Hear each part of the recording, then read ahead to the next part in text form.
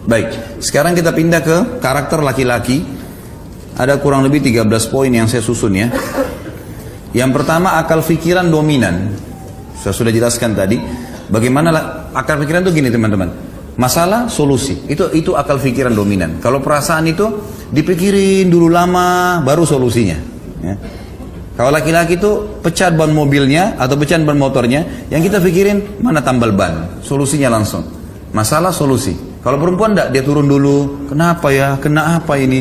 Jadi lama. Jangan tersinggung akhwat di belakang ya. Kita bicara secara umum. Tapi kalau tersinggung juga apa boleh buat ya? Karena sudah ini apa boleh buat. Ini karakternya memang.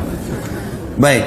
Yang kedua yang harus dikenali, ini bagi akhwat harus mengenal. Laki-laki itu suka dihormati kepemimpinannya. Jadi memang ada fitrah itu. Jadi laki-laki itu teman-teman sekalian, maaf, jangan ada yang tersinggung ya. Kalau dia pendek, dia kecil, badannya tetap punya karakter laki-laki, kejantanan, ada pemimpinan. Jadi dia tidak suka diganggu itu. Dia suka dijadikan sebagai pemimpin, didahulukan, didengar pembicaraannya, didengar instruksinya. Ini karakternya. Makanya saya pernah kasih contoh kalau anak laki-laki sama anak perempuan beda. Kalau antum masih punya anak kecil, coba praktikin. Kalau anak perempuan, kita berikan makanan teman-teman sekalian, taruh di piring, sedikit antum bukan dilempar ya, tapi sedikit disentak piring itu di depannya, silakan makan nak. Dia nggak akan tersinggung, dia tidak akan terganggu dengan itu. Tetapi kalau anak laki-laki dilempar sedikit piring itu, maka dia akan terganggu kepemimpinannya. Dia tidak mau makan tuh, walaupun anak kecil. Diambil piring, dibuang-buang nasi itu sama sendok, dia nggak mau. Seperti itulah, ada jiwa kepemimpinan, ada merasa pemimpin di situ. Kalau anak laki-laki, ini pernah saya pelajari dalam ilmu kejiwaan anak, teman-teman sekarang waktu masih belajar di Madinah dulu, ada satu dosen yang luar biasa cara penyampaiannya bagus sekali. Beliau mengatakan anak laki-laki itu contohnya, di antara jiwa kepemimpinan, dia selalu contohi ayahnya. Jadi kalau antum punya anak laki-laki, pasti dia selalu perhatikan gerak-gerik ayahnya, apa saja. Cara pakai sendalnya, duduk di mana, gelas apa yang dia pakai. Nah biasanya kata dosen ini, dan saya pernah praktikin memang betul itu terjadi ya. Jadi kalau ayahnya pergi, maka kalau ada adiknya, dia akan duduk di tempat ayahnya. Dia akan coba gunakan retorika bahasanya. Dia akan coba pakai gelasnya, gitu. Seperti itulah. Yang ketiga, suka dihormati keputusannya. Tadi kepemimpinan, dia ngambil keputusan, sekarang suka dihormati keputusannya. Yang keempat, tidak suka dihardik. Jadi kalau akhwat kita mau perbaiki, mau nasihatin suaminya, ayahnya, pokoknya laki-laki syarum termasuk anak laki-laki, jangan dihardik. Jangan langsung disalahkan. Ya. Kalau perempuan dikatakan, kamu keliru loh, perbaikin. Dia malah anggap itu perhatian. Kalau laki-laki nggak bisa begitu. Kayaknya kamu salah nih, gini-gini. Udah, langsung berontak. Ya. Maka tidak suka dihardik. Hardik itu berarti langsung menyalahkan ya. Yang kelima, tidak suka digurui. Walaupun dia tidak tahu, dia tidak suka digurui. Maka biasanya retorika yang saya ajarkan kepada akhwat atau seorang istri, menghadapi suami, dia usahakan seperti orang yang bertanya, tapi sebenarnya sedang ingin memberikan nasihat kepada suaminya. Bagaimana ya, kalau ada orang seperti ini kasusnya, menurut kamu seperti apa? Padahal sebenarnya kita sedang menyinggung dia. Gitu. Yang keenam, suka diterima kasih. Suka diterima kasih. Jadi laki-laki itu suka kalau dia ngasih sesuatu, terima kasih ya gitu.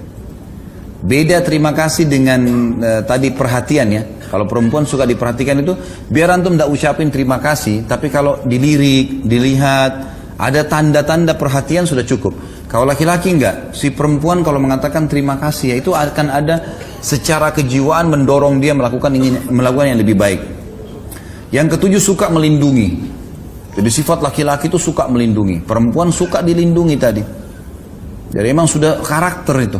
Orang kalau menikah, maka dia suami, dia merasa dia melindungi istrinya. Dia merasa dia bertanggung jawab kalau akan terjadi apa-apa. Seperti itulah. Dan termasuk anak laki-laki juga, kalau sudah mulai dia agak besar, dia akan melindungi ibunya, dia akan melindungi yang lainnya. Dan memang subhanallah, pada laki-laki ada itu. Makanya penjahat itu, kalau ada seorang wanita lewat dan ada anak laki-laki di sebelahnya, walaupun anak itu masih kecil, itu sudah cukup membuat dia bimbang untuk melakukan perbuatan kriminalnya. Tapi kalau anak perempuan, itu dia masih berani. Karena ada masalah itu. Kemudian yang kedelapan, suka untuk digoda. Ya. Artinya di sini memang laki-laki itu suka kalau penampilan istrinya dandan, apalah, yang segala macam bahasa yang bisa digunakan ya. Dari penampilan pakaian yang seksi, yang wangi, dan itu memang dia suka. Makanya seorang suami, dia butuh itu di rumah. Seorang istri harus melakukannya. Dan hadis-hadis tadi saya jelaskan, wanita di surga, wanita yang bisa memberikan bahwa syahwat suaminya, dan itu adalah hal yang fitrah gitu. Tentu ini ada banyak poin dalam poin ke-8. Setiap poin ini ada rinciannya ya, tapi saya cuma sebutkan garis besarnya. Kemudian yang ke-9, suka mencium bau yang wangi. Ini ada pada wanita tetapi tidak seperti laki-laki. Kalau laki-laki itu dekat dengan istrinya lalu dia cium bau wangi, itu luar biasa pengaruh pada kejiwaannya. Dia selalu ingin mendekat, dia selalu merasa nyaman gitu kan. Kalau istri, suaminya walaupun baunya tidak wangi, tapi karena dia baik, ya, maaf ya saya belum mandi nih, enggak apa-apa kok. Dia suka saja. Tapi kalau antum pulang ke rumah dekat baunya nggak enak istrinya, sudah menghindar. Itu sudah fitrah. Perempuan juga suka yang wangi-wangi, bukan berarti antum jangan tidak pakai minyak wangi ya. Tapi yang dimaksud adalah perempuan biasanya dia masih tahan dengan itu. Bau ketiaknya suaminya, pulang kerja loh, masya Allah baunya. Ya. Tapi dia masih bisa tahan. Ya nggak apa-apa, ini kan bau keringat suami saya, ini karena dia. Begitulah terbawa perasaan dia. Tapi kalau laki-laki nggak bisa gitu. Maka akhwat hati-hati ya di belakang, jaga. Nggak boleh ada bau sedikit pun, gitu, kecuali yang wangi. Ya. Yang ke-10, suka melihat keindahan seperti pakaian, rumah, tempat tidur. Maka ini harus menjadi sesuatu yang dibawa oleh akhwat kita. Yang ke-11, sulit memaafkan bila cemburu. Ini yang kadang-kadang laki-laki dominan. Dia sudah cemburu, itu bahaya sekali. Sasarannya terus ke target cemburu itu, gitu kan? Kalau misalnya istrinya pernah jalan atau istrinya pernah dilihat oleh orang, maka dia akan selalu orang ini seperti singa mengintai mangsanya. Ini pernah lihat istri saya. Udah itu terus menerus, gitu, terbawa. Ini sulit memaafkan bila cemburu ya, dia sulit memaafkan. Dan yang ke-12 cemburuan, memang wajar. Jadi akhwat kita harus bisa faham masalah itu. Banyak orang mengatakan perempuan cemburuan, sebenarnya perempuan tidak cemburuan loh. Tidak cemburuan gitu.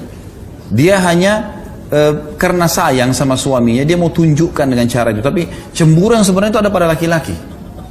Laki-laki, dan sebenarnya kalau dia cemburu pada hal haknya dia itu benar dalam syariat.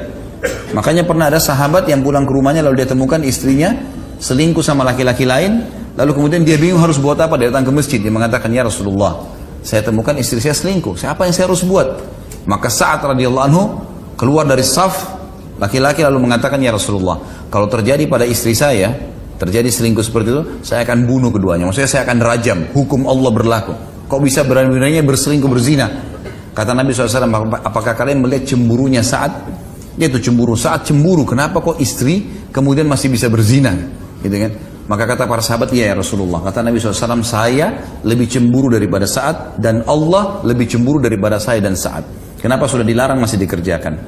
Jadi memang ada sifat cemburuan. Cemburuan sebenarnya itu ada pada laki-laki. Yang ke-13, mau didahulukan dalam segala hal.